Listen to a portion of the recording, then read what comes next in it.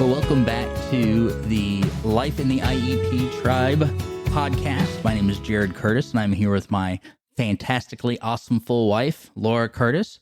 And we are going to discuss some things in this episode that could possibly be somewhat overbearing.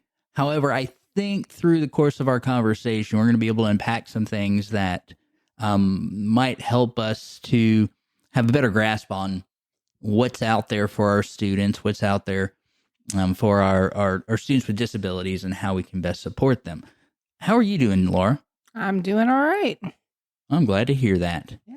Yeah, I think it's kind of weird. So we decided to record this after a day of work, and I don't know about anybody else in the special education field, but when we get home and we walk through that door, I feel like everything in me, soul and everything, just kind of drops to my feet, and it's like I'm done. I'm tapping out. Yeah, I get that. Sometimes I feel that way. If I don't sit down, I'm okay. Oh, right. Like if I start, okay, I got to start this or I got to do this, and if I do all that, then I can stay pretty good. But then as soon as I sit down, if I sit too long, I fall asleep. To quote the great philosopher Dory, just keep on swimming. Right? There you go. Yep. Wasn't that Dory? Yes. You know, I've seen that movie enough that I should remember what. Yeah. So one of the things that we often talk about when it comes to special education or raising a child with special needs is that while there are a lot of really great experiences and a lot of milestones that you get super excited about when you reach them and to see the kids progress, sometimes it's hard. Life is difficult when working with special needs children, raising special needs children. And there's nothing wrong with saying that. I think that's one of those things that we have to make as a society okay to say, hey, it's hard. Right.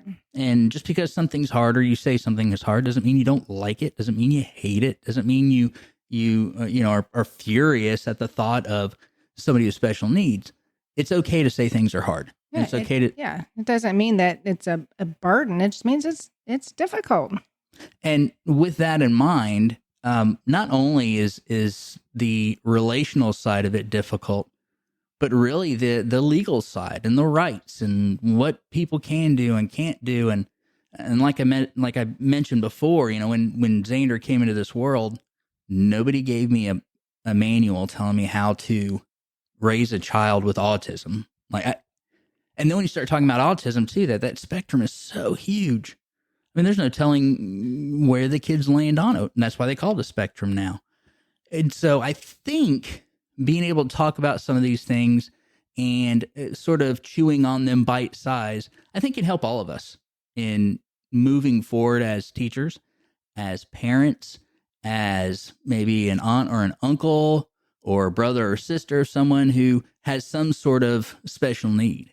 Grandparents, that's right. See, I'm going to miss people all over the place. Mm-hmm. And real quick before you jump in, thank you so much for the ones that have been interacting with us and asking questions and bringing things into conversation that we can talk about. And there's a lot of stuff out there.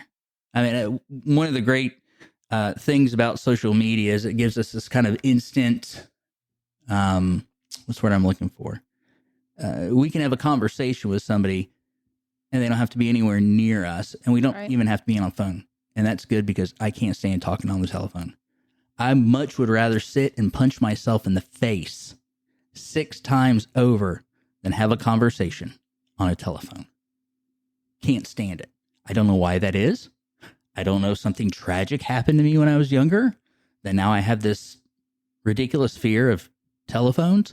See, I think it bothers me that I can't see people when I talk to them. So you don't know what they're receiving, or? No, it feels like I'm talking to a ghost. Oh. Yeah. And so that kind of weirds me out a little bit. But back to what I was talking about, what's really cool though is that people can give advice and information and direction, and we've had some great conversations. We have people from all different walks of life listening.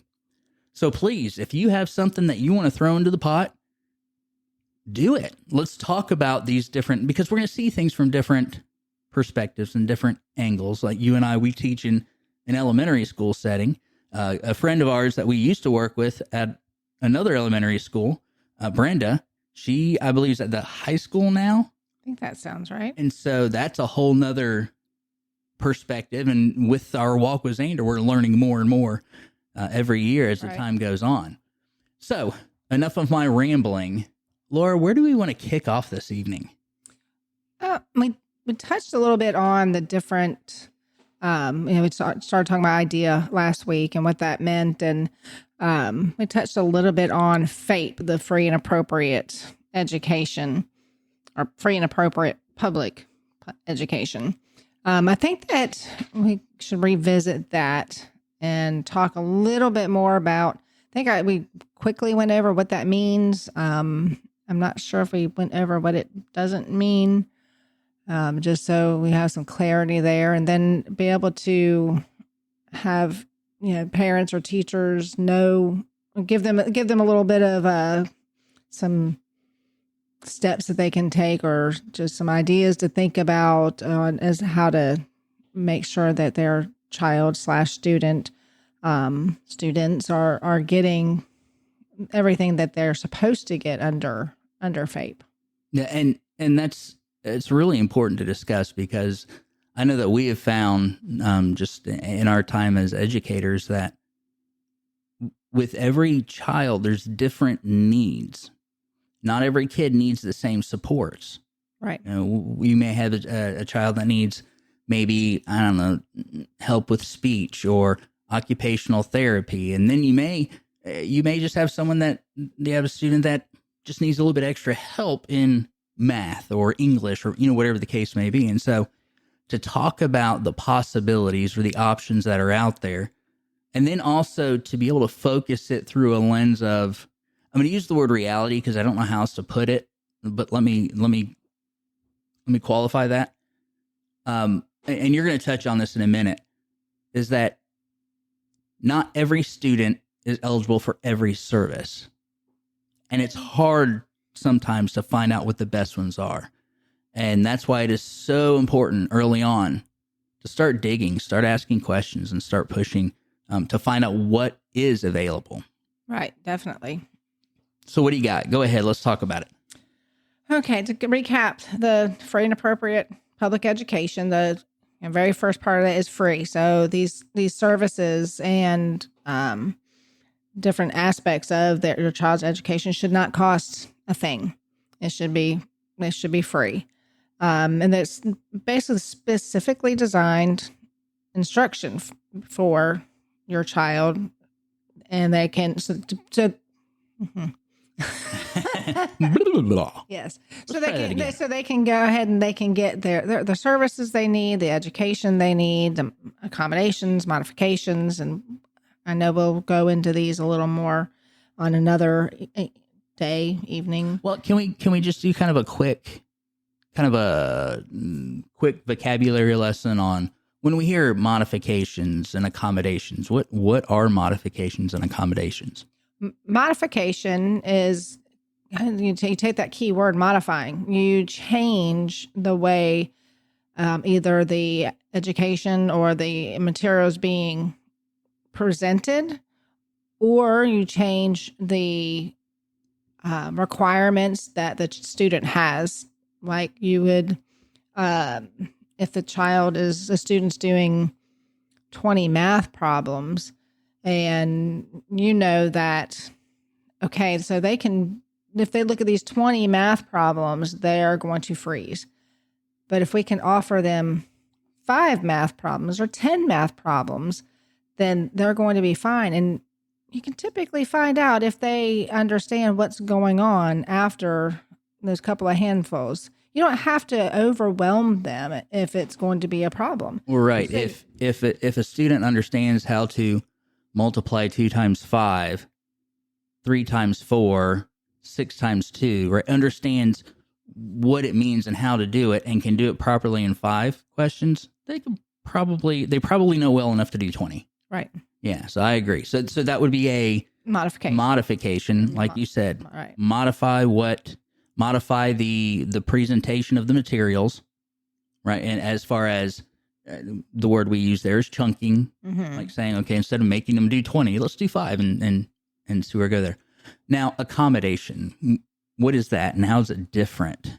Accommodations, these are kind of the root word too, where you're doing things to accommodate these students in the classroom. And so what you're going to provide is excuse me, like rephrasing of directions, repeating of directions. We find a lot of times that our children / students with disabilities have that receptive language delay where it takes them a little bit longer to process what people are asking them to do. And so if you give them, wait time, or you repeat it or rephrase it. If I want to say, okay, Johnny, I need you to walk to the front of the classroom and put this on the board. And if he doesn't quite understand what I'm saying, then I might slow that down and say, okay, I need you to stand up. Now walk over to the front of the classroom and put this on the board. So that's like a rephrasing, repeating as necessary. We like to have wait time, give them that time to process that. Some children with disabilities really thrive on praise. So that could be an accommodation that, hey, when little Jimmy gets it right, you're going to throw a party for him. Or some of them like stickers, some of them like gummy bears, and we try not to do a whole lot of food related. However, so those are some of the accommodations that you can use. And then they also have testing accommodations, different ways that they take their standardized testing, if they take the standardized testing, or if they take alternate testing. They have extended time. They can have read aloud. They can have frequent breaks. And so it really is almost endless, the ways that students can be accommodated in their settings. So now these accommodations and these modifications, we find these in the IEP that is a product of FAPE. Right. All right. Now, did I totally throw you off course? I don't think so. Outstanding, because I threw me off course. Okay. So I'm going to hand it back to you again. Okay. So where are we at? Well, we're mentioning the IEP, right? I know, that's what I meant. Yeah. No, right. Part of that FAPE is that an IEP is going to be created. And as we've mentioned before, IEP, the I is individualized. So that's going to you don't want to just lump everything. Okay, these 5 kids, they're going to get this, this, and this, and they're going to work on this, this, and this. Now, do they typically have similar accommodations and modifications? Yeah, because although there's a vast array of disabilities, there are also a lot of tools that are similar that will help our students.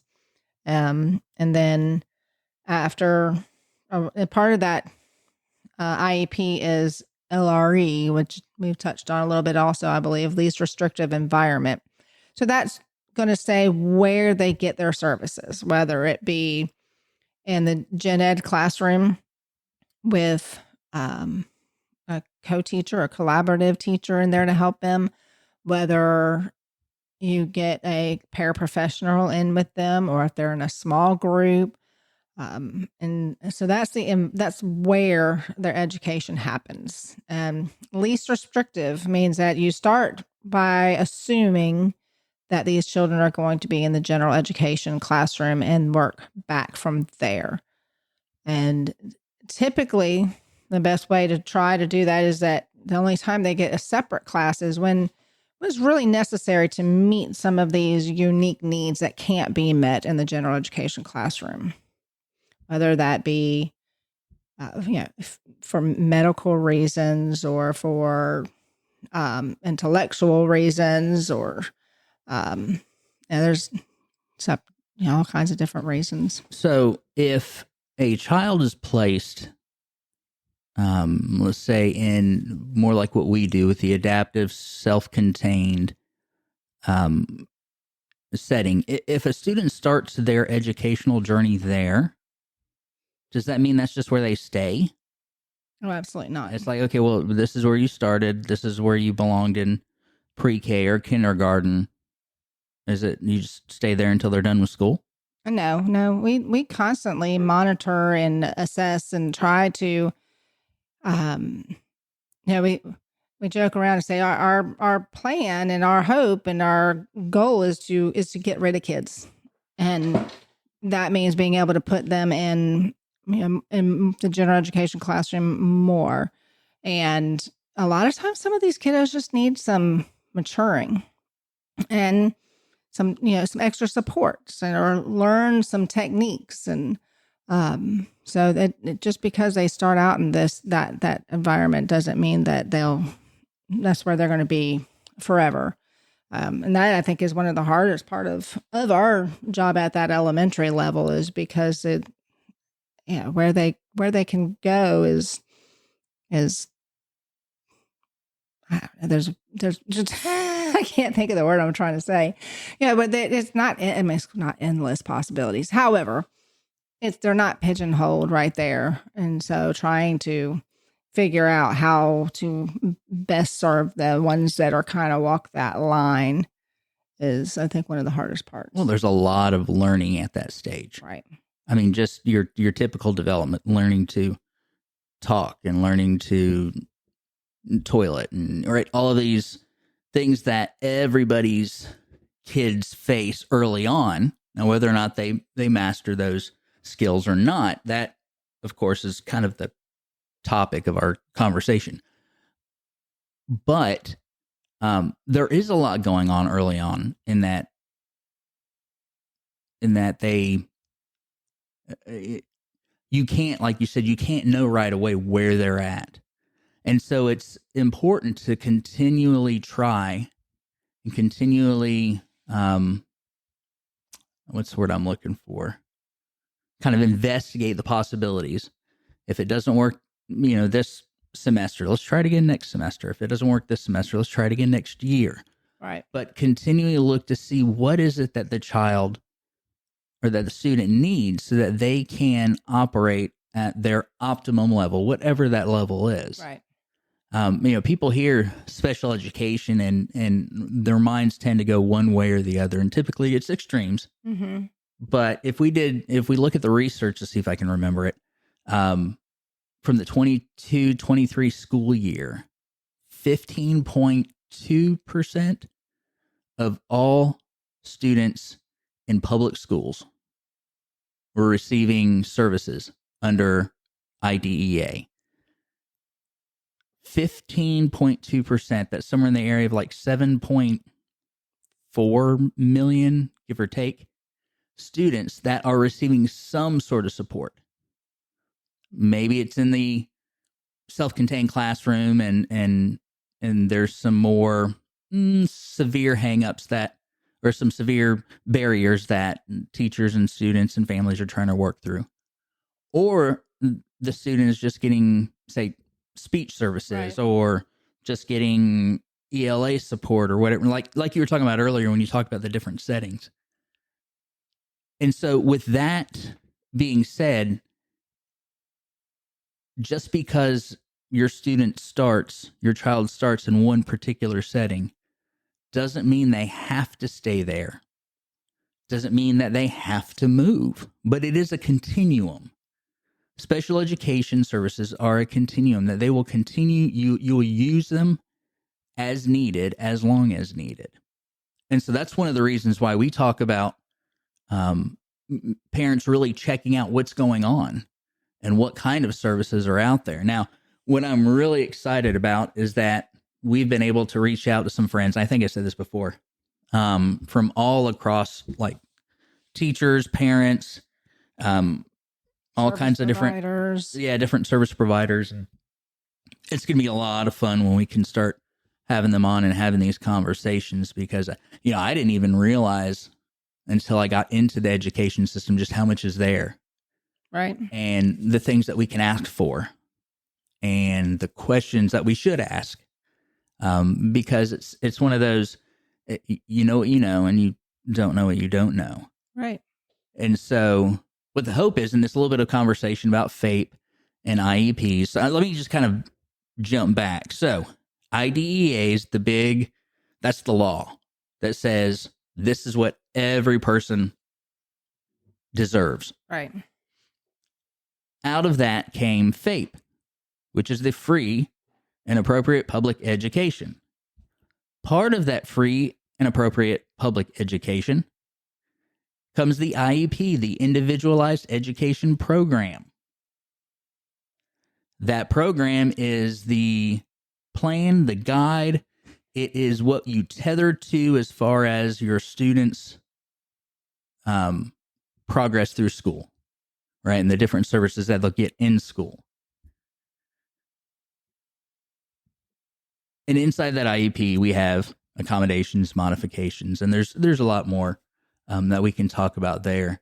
But what is that, with all that being said, what is the one takeaway that anybody listening to this can take with them? What would you say is the first step in, here's all of this stuff, now what? Like, what do I do with that? Are we assuming that these, that the student / child has already been, it's been identified, right? That has an IEP, and educating yourself, whether you're a teacher or a parent, and what services are provided in the school that your child is attending, I think would be the first. Then you will know and what they do and what they're for, because there's OT, PT, that you use those abbreviations a lot, and you might say, oh, occupational therapy. My kid doesn't have a job, and that's not necessarily what it's about. It's not, because they do have a job. Their job is to go to school, and so when they're in school, and occupational therapy is to help them do their jobs at school. And some schools have different services and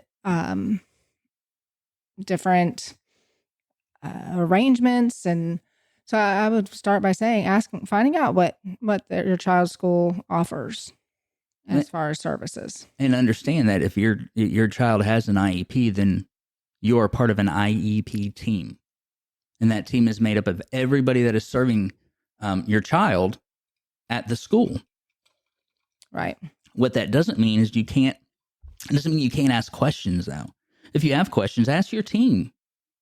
And ask, hey, listen, I see this going on. Is it a good idea to pursue speech outside of school? Is it a good idea to pursue occupational therapy outside of what they're getting at school? Right? Ask all these questions. Because especially early on, because the more you can get for them early on, the better you're going to position them moving into the future. So ask questions. Definitely. Ask questions. And if you ask a question and they say, I don't know, ask somebody else. And find out who can. If you got questions, shoot them to us. Doesn't mean that we'll have the right answer, but we can find somebody that does. That's right. Or we'll just make something up that sounds really good. No, we won't do that. Or not that. We won't do that. No. All right. So I think, did you have anything else that you wanted to add? Well, I wanted to cover a little bit, as we were talking about the FAPE, what it doesn't mean. Oh, yeah, that's a good idea. What it does mean. And so we don't want there to be some assumptions. And when we talk about services and programs and whatnot, a school does not have to have a specific or provide a specific class or a program if they don't already have it at the school. If you say that, I want my child to have this type of classroom and it's not offered at that school, that school does not have to make that. Now, they will have to find a place that has that if they qualify for it, that has that program if your child qualifies for it, but they don't have to make a program at the school that you want them to attend. It doesn't mean that they're going to get, this is going to sound bad, but just hang with me. They're not going to get best services to maximize their potential.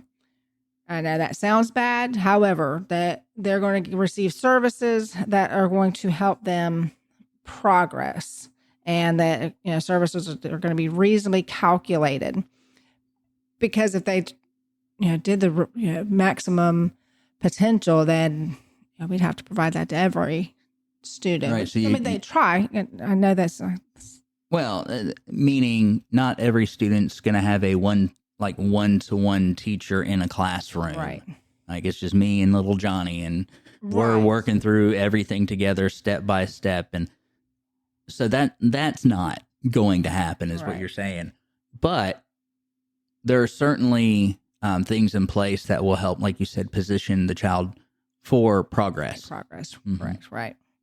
And it also doesn't mean that for extracurricular activities or sports that a child with a disability is not guaranteed a spot on these activities or in these activities. Now, they have an equal opportunity to participate, but they're not guaranteed a spot, if that makes sense. Right. So like, just because, again, little Johnny likes football doesn't mean he's going to be a starter on the team. Doesn't mean, if they have tryouts, if he can't do that, then he can't do that. And I get that. And as as parents, you don't like that. Right. But it makes sense. And I think that's about it. Yeah. I think so. IDEA, IEP. EIEIO. DUNN done. No? Yeah. All right. So we're going to go ahead and wrap this one up. If you have any questions, comments, concerns, please feel free to email us at lifeintheieptribe@gmail.com, or you can check us out on one of the many social media outlets, the Facebook, das Twitter. Oh, it's not called Twitter anymore. What is it? X. Or what else is there? Instagram? Yeah. Oh, and YouTube. I think we're floating around YouTube somewhere too. Cool. So, hey, check all that out. Send in any questions, comments, or concerns. And unless they're mean, then keep them to yourself. Again, I am Jared Curtis with my wife, Laura, and we will see you next time. Have a good evening or day or whatever it is time you're listening to this. That's right. Whatever it is. Yeah.